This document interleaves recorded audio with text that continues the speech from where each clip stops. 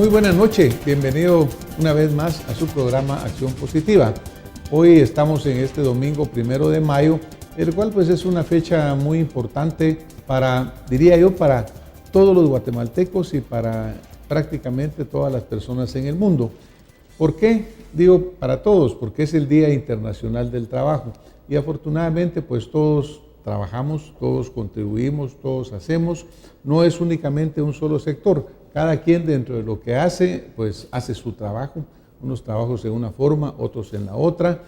Claro, existe el trabajo organizado, existe el trabajo en los diferentes aspectos, pero en general el Día Internacional del Trabajo es el momento en el cual pues todos los que contribuimos a que este planeta funcione en una forma o la otra, estamos celebrando esa contribución.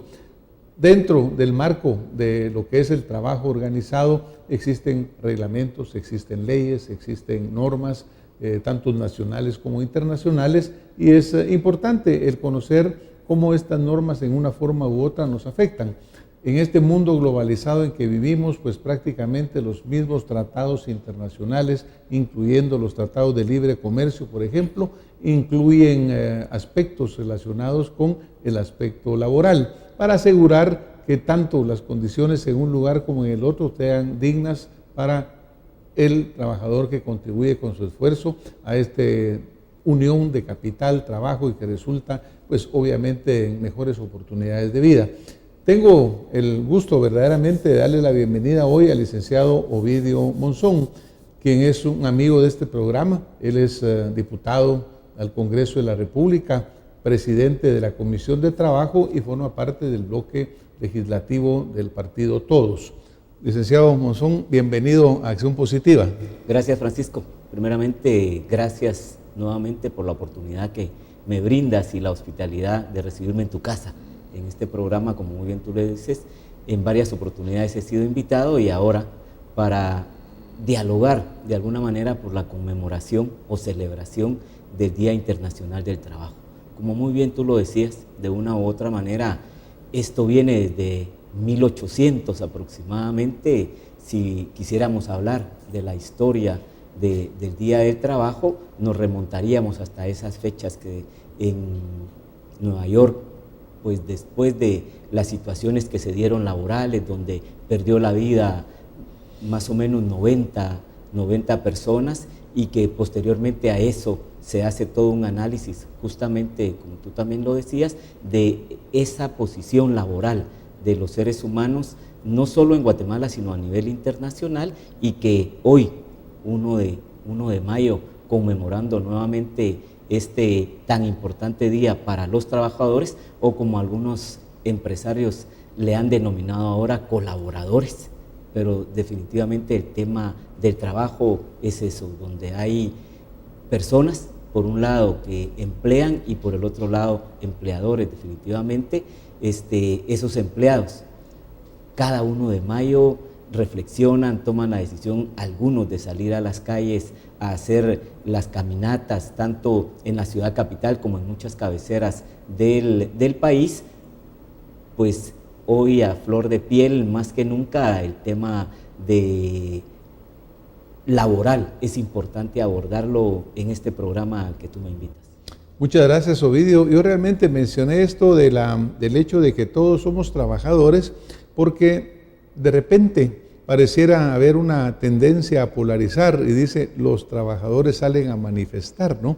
Como que es un sector. Y en realidad no es un sector, somos todos parte del mismo movimiento, del mismo ejercicio, y que obviamente ha venido cambiando. Tú te refieres muy bien a la historia de cuando surge ya el movimiento laboral, cuando empieza la organización, lo difícil que fueron esas batallas en Nueva York, en Chicago, y cómo obviamente los cambios demográficos han venido también produciendo cambios, Ovidio, porque me recuerdo ya en 1901, 1909, 1911, cuando la mujer empieza a aparecer en el sector laboral organizado, porque antes la mujer siempre contribuye enormemente en el hogar, es una trabajadora incansable, pero cuando con la guerra resulta que los hombres se van a pelear a las trincheras, pues se requiere la mano de obra de la mujer. Claro. Y ahí surge el factor femenino en la parte laboral.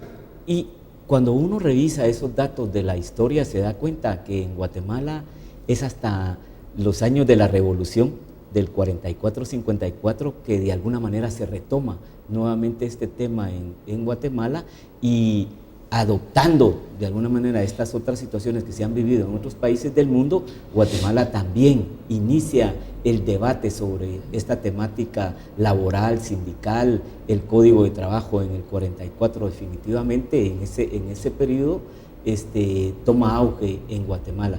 Pero desde 200, 300 años antes, el ser humano guatemalteco, trabajador, no se le había puesto la atención. Como dices, hablando un poco de historia, esas luchas fueron porque eran más de 14 o 15 o hasta 18 horas de trabajo cuando se te contrataba para alguna actividad específica, y si nos damos cuenta hoy en día en Guatemala, estamos dialogando con algunos grupos organizados de mujeres, como muy bien tú lo decías, donde las trabajadoras en casa, algunas todavía trabajan 14 y 18 horas también, o sea que eso todavía está en el debate, es un tema de actualidad. Claro, va transformándose cada vez de acuerdo a las necesidades, de acuerdo a los cambios, porque, pues sí, como yo te decía, mire, es que la esposa en el hogar trabaja horas interminables, pues, ¿no? Y es un trabajo en alguna forma no reconocido económicamente, pero son los cambios que se van produciendo. Ahora, por ejemplo, los grandes retos, tú estás en la Comisión de Trabajo del Congreso. Parte de lo que se hace en el trabajo tiene que ser legislado. ¿Por qué? Pues porque tan complejo se va volviendo el sistema que se necesita regularlo en una forma. Dentro de la Comisión de Trabajo del Congreso, Ovidio, ¿cuáles dirías tú que en este momento son los principales tópicos o temas que ustedes están tratando en beneficio del trabajador de Guatemala? Bueno, si días recientes se aprobó en el Congreso una de las primeras leyes que aprobamos en esta octava legislatura, fue la iniciativa de ley 5007, que hablaba directamente sobre el tema de las maquilas, vestuarios, los call centers, y que de alguna manera tenía relación con la exoneración de impuestos a algún sector de las empresas. Esta iniciativa de ley desde el año pasado, del 2015, se venía discutiendo, tenía un dictamen favorable, pero que incluía algunas empresas en el país que se consideraba que no deberían de ser incluidas. ¿A qué me refiero con esto? Los textiles vestuarios en Guatemala, el dato que se tiene es que más o menos empleos directos entre 120 y 130 mil. Si no quedaban exentos de pago de impuestos, estas empresas estaban aduciendo que se podían ir del país, ya que hay una competencia en la región. Honduras y Nicaragua están ofreciendo mejores condiciones para los capitales extranjeros que puedan ir a ofrecer mano de obra en estos países, y les están ofreciendo 50 y 60 años de exenciones, y nosotros como país se venció a finales del 2015 ese tipo de exenciones. Entonces las empresas manifestaban de que si no podían ser competitivos en la región.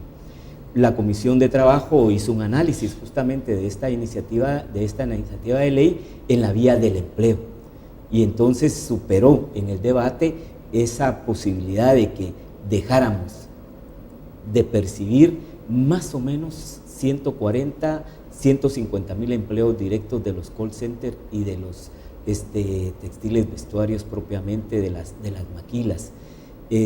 Ahí se toma la decisión por el Congreso de la República y se aprueba este decreto, el 11-2016, y eso da la oportunidad de alguna manera a que hoy Guatemala siga brindando esa protección a estas empresas, pero ahí debemos de debatir más sobre el tema de competitividad también.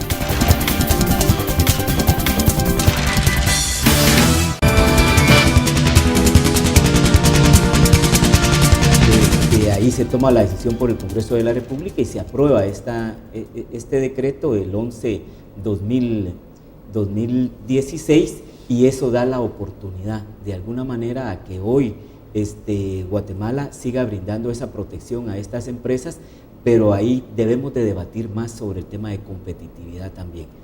Ganamos en los empleos, pero ¿cuánto estará dejando de percibir el Estado de recursos que necesitamos para poder invertir en educación, en salud, en infraestructura? Es un tema bien interesante acá, Ovidio, y obviamente muy sensitivo. Países como Costa Rica, por ejemplo, nuestro vecino acá en el área, que pues tiene sus virtudes, tiene sus defectos, pero dentro de algunas de las virtudes es el hecho que han tenido una inversión muy fuerte en educación, en salud, en infraestructura. Y esto ha llevado a que su mano de obra sea una mano de obra mejor calificada que la nuestra y por lo tanto con un mayor ingreso.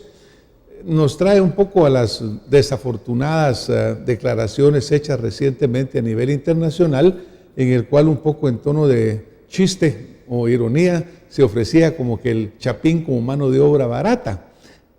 No estaremos cayendo nosotros con estas maquilas en siempre ofrecer mano de obra barata.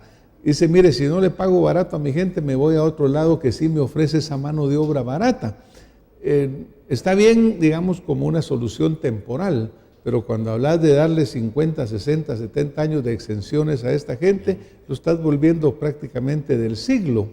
No deberíamos buscar el camino de que fuera algo temporal, alivia el problema, digamos, de que hay necesidad de trabajo, pero tampoco los estamos sentenciando a que por 70 años tengan que ganar menos y ser esa mano de obra barata. Y esa fue la reflexión que se hizo a lo interno de la Comisión de Trabajo, y por eso es que se acuerdan 10 años, y que en estos 10 años tenemos que buscar otras alternativas. Tú muy bien lo decías, Costa Rica, no quisiera irme hacia ese debate de la mano de obra calificada, de la mano de obra formada, de la mano de obra de alguna manera con mejores calidades, como tú lo decías, pero ¿qué fue lo que hizo Costa Rica hace 50 o 60 años? Invirtió en las personas. Algunos hoy, el debate está también incluso en utilizar esas palabras, el recurso humano. Invirtió en el recurso humano. Claro. Entonces, ¿qué pasa? En Costa Rica, los jóvenes y toda la ciudadanía tiene la capacidad de entrar a la preprimaria, a la primaria, al básico y al diversificado, y la posibilidad de ir a la universidad. En Guatemala, hasta hace 2 años, logramos como país que el 98% de los niños y niñas pudieran tener acceso a la educación primaria. Y a pesar de eso, de ese 98% convertido en 100%, el 40% no termina la primaria. ¿De qué recurso humano calificado? El Estado en este momento puede cubrir únicamente entre el 18 y el 20% de la educación básica y diversificada. Y el otro porcentaje está en manos de lo privado. Pero de cada 100 que no jóvenes, es accesible, que no es accesible a la mayoría de gente. Claro. Entonces ahí tienes tú de 7 millones de jóvenes, aproximadamente 3 millones de jóvenes que no está preparándose en las aulas ni privadas ni públicas para ser un recurso humano calificado. Ah. Son los grandes debates, la complejidad que tenemos, digamos, como país. Entonces la gente dice, bueno, aunque sea un trabajo en la maquila voy a conseguir, porque ahí te piden hasta tercero básico o te piden el 6º grado, y tienes tú toda la razón. En torno a esa mano de obra calificada, algo tenemos que hacer dentro de esa integralidad del país. Ahora, dentro de estas acciones hay que tomar decisiones que son, tú sabes muy bien, Ovidio, que educar no es cosa de un día ni de 2 días, es prácticamente generaciones, pues, ¿no? Pero si no tomamos el rumbo de decidir que vamos a invertir en la educación de nuestra gente, pues prácticamente nunca vamos a empezar.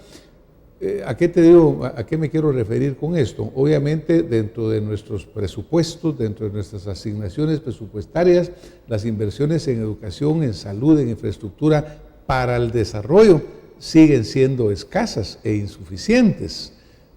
Yo sé que vamos a salirnos un poquito del tema, pero como uno lleva al otro, yo me imagino que parte del reto que